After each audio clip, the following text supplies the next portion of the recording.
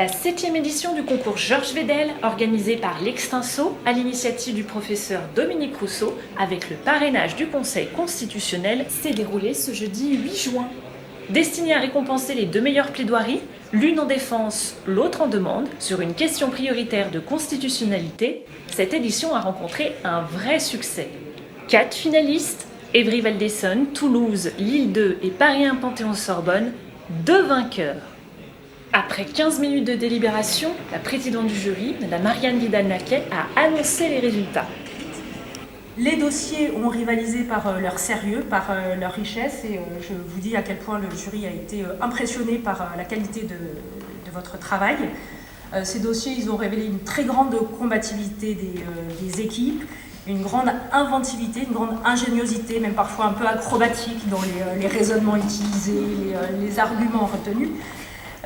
Nous avons beaucoup apprécié également les efforts que vous avez réalisés pour sortir de vos habits d'étudiants et puis pour vous mettre dans la peau tantôt de l'avocat, tantôt du juge de renvoi et puis là aujourd'hui presque dans la peau du juge constitutionnel qui vous écoutez. Et au sujet de ces plaidoiries, je dois vous dire également que derrière l'éloquence d'un seul plaideur, puisque nous n'avons entendu qu'un seul plaideur, eh bien, on a retrouvé le travail de toute une équipe et le jury a décidé de récompenser, donc en demande, l'université de Lille 2.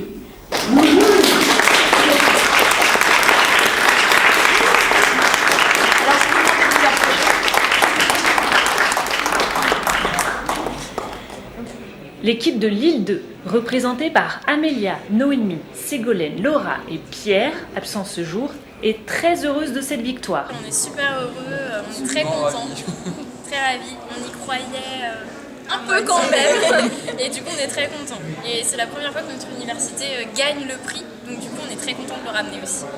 S'en est suivi la remise du prix de la meilleure plaidoirie en défense. Le jury a décidé de récompenser l'université de Toulouse.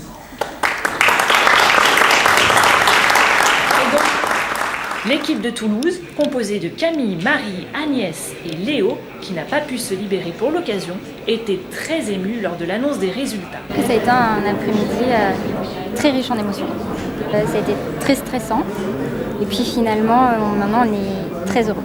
Un sentiment de fierté avant tout, mais également d'humilité car nous sommes au Conseil constitutionnel et ce n'est pas donné à tout le monde et ce n'est même pas sûr d'y revenir un jour. Donc c'est intense mais très fier. D'autant plus de fierté que ramener un trophée toulousain pour le concours Vedel, c'est quand même... Enfin, Vedel et Toulouse entretiennent de sacrées relations tous les deux. Donc nous sommes plutôt heureuses. Et heureux pour Léo aussi, qui n'est pas là. Le professeur Dominique Rousseau, enseignant à Paris 1 Panthéon-Sorbonne, est revenu sur le succès de cette édition. Cette 7e édition du prix Georges Vedel de la meilleure plaidoirie de la QPC est un succès.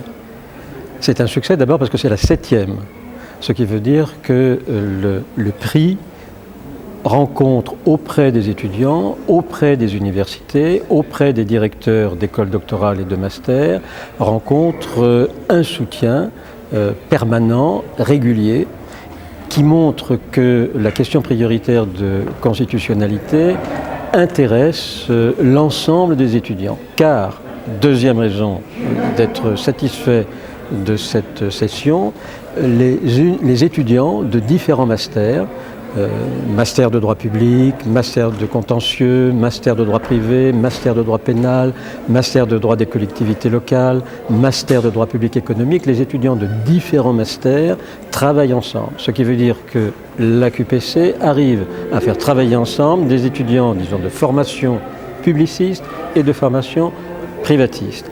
Succès.